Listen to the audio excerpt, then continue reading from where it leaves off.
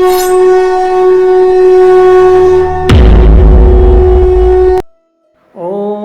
सर्वे भवन्तु सुखने, सर्वे सन्तु निरामया, सर्वे भद्राणि पश्यन्तु, माँ कश्चित् दुख भाग भवेत्।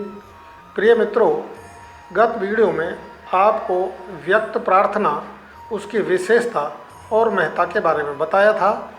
इस वीडियो में आपको अव्यक्त प्रार्थना के बारे में विस्तार से बताया जाएगा।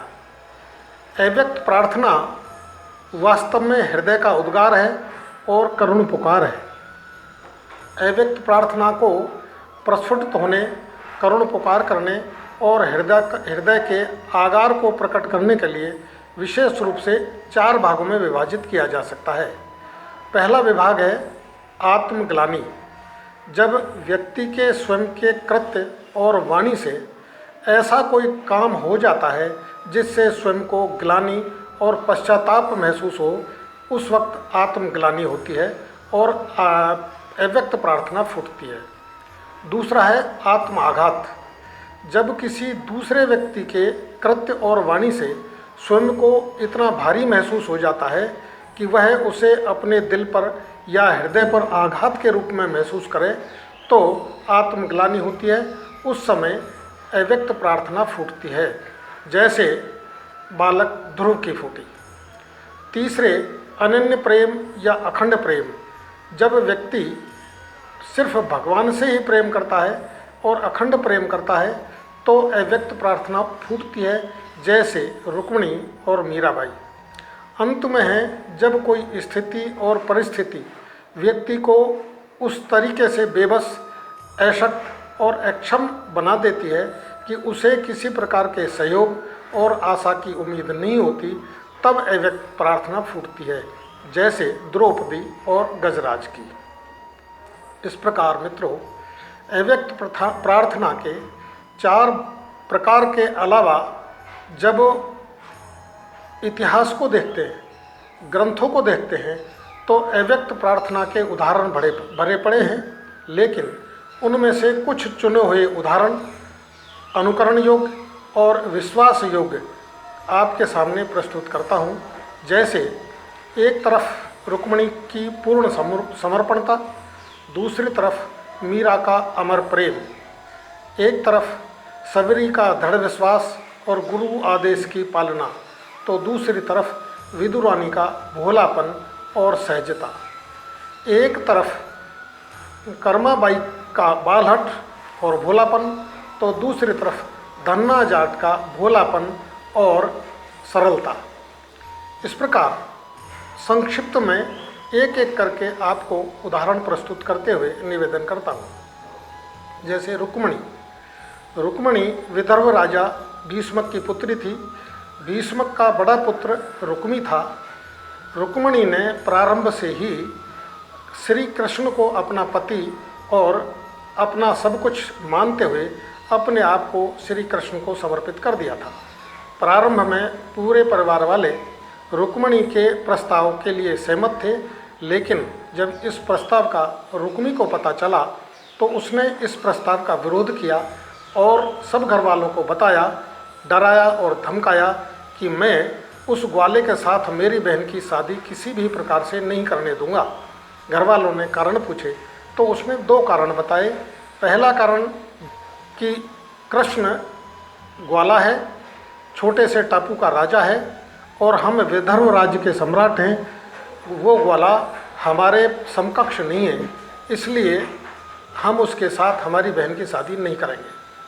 दूसरा, जरासंध और शिशुपाल दोनों ही उस ग्वाले से शत्रुता रखते हैं और चूंकि जरासंध और शिशुपाल मेरे मित्र हैं और मित्रों का शत्रु मेरा भी शत्रु है, इसलिए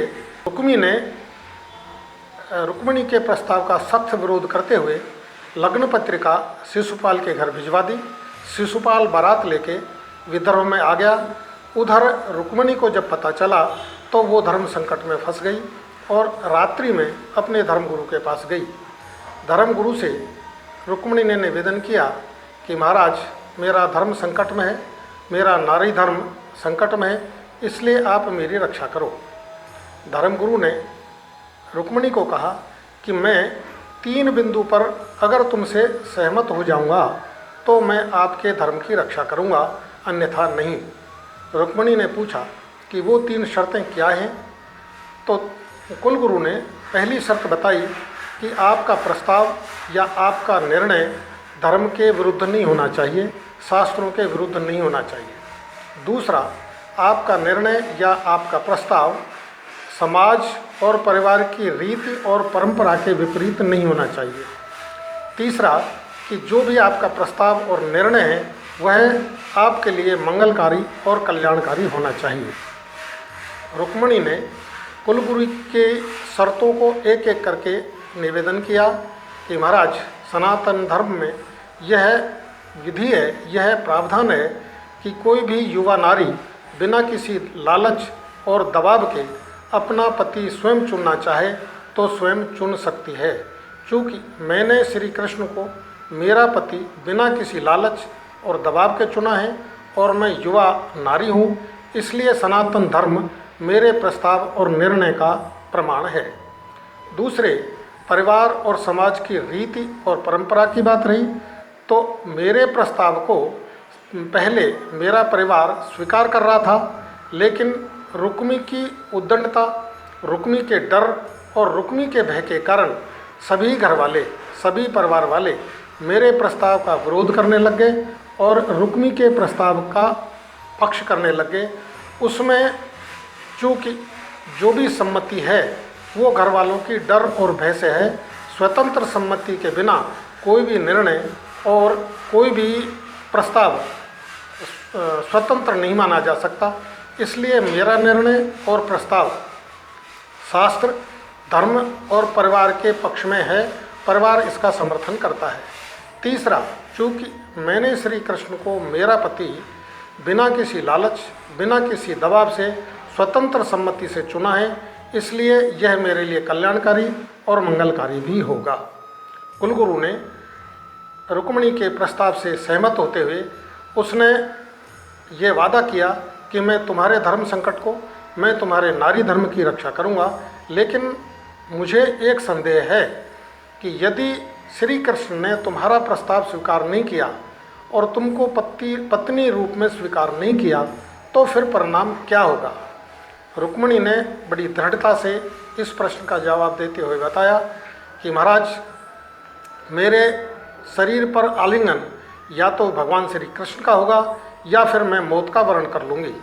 मैं जिंदे जी किसी पर पुरुष का हाथ मेरे शरीर से स्पर्श नहीं होने दूंगी, चाहे मुझे मेरे प्राण त्यागने पड़े। इसी बात पर कुलगुरु उत्साहित हो गए, प्रेरित हो गए और उन्होंने अखंड वरदान दिया कि रुक्मिणी, मैं तेरे प्रस्ताव को मंजूर भी करता हूँ और तेरे प्रस्ताव की पूर्ति के लिए मैं रुक्मी को शास्त्रों से समझाऊंगा। यदि शास्त्रों से नहीं माना तो मैं शस्त्र से भी समझाऊंगा, और यदि तेरे धर्म संकट को दूर करने में, तेरे नारी धर्म को पूरा करने में मेरे प्राणों की आहुति दे दी जाए तो मैं मेरे प्राणों की आहुति भी दे दूंगा।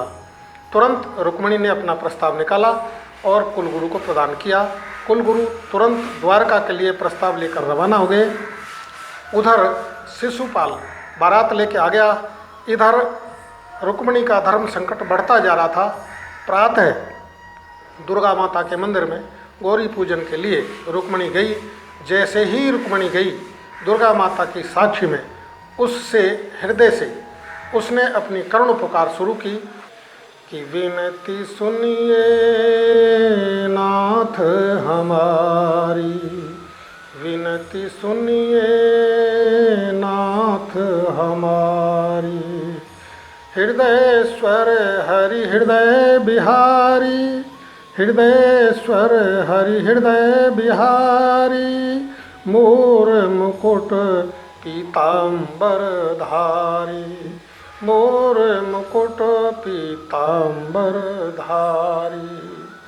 और कहूँ क्या अंतर्यामी, और कहूँ क्या अंतर्यामी। तन मन धन प्राणों के स्वामी। करुणा कर आकर ये कहिए, करुणा कर आकर ये कहिए, स्वीकारी विनती स्वीकारी, विनती सुनिए नाथ हमारी।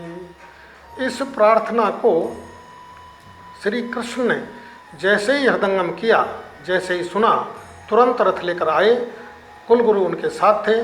रुक्मिणी को दुर्गा पूजा करते हुए, गौरी पूजन करते हुए को लिया, साथ में ले जाकर प्रेम विवाह किया और अपना दाम्पत्य जीवन मंगलपूर्वक निभाया। दूसरा, मीराबाई का अखंड प्रेम। मीराबाई बचपन से ही कृष्ण की भक्त थी। बचपन में उस गांव में बारात आई थी। मेड़ता सिटी की रहने वाली थी। मेड़ता सिटी में जब बारात आई तो मीराबाई ने अपनी माता से पूछा कि माता, ये घोड़ी पर बैठा कौन है? तो मीराबाई को बताया कि यह शादी करने आया है, यह दूल्हा है। तो बचपन की बालहट थी, उसने कहा मेरा दूल्हा कौन होगा?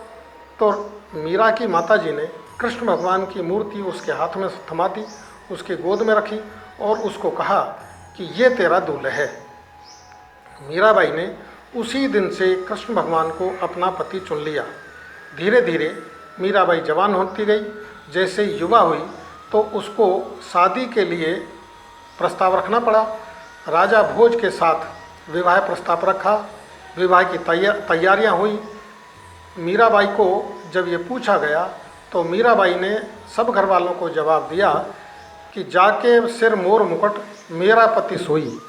लेकिन फिर भी घर वाले उसकी इस बात से सहमत नहीं हुए और घर वालों ने उसको समझाया कि तुम किसी की अमानत हो और उस अमानत को हमें सौंपना जरूरी है। इसलिए उसकी शादी राजा भोज के साथ कर दी। राजा भोज के घर जाने के बाद भी मीराबाई का कृष्ण प्रेम, कृष्ण भक्ति उत्तरोत्तर बढ़ती गई और वह साधु संतों के साथ गीत संगीत गाती रही और भक्तराज रैदास को उन्होंने गुरु स्वीकार किया। राज परिवार ने इसको अपना अपमान माना, इसलिए मीराबाई को मारने के लिए जहर दिया गया। सांपों से डसवाने का भी प्रयास किया गया, लेकिन मीराबाई के जीवन पर कोई विपरीत असर नहीं पड़ा।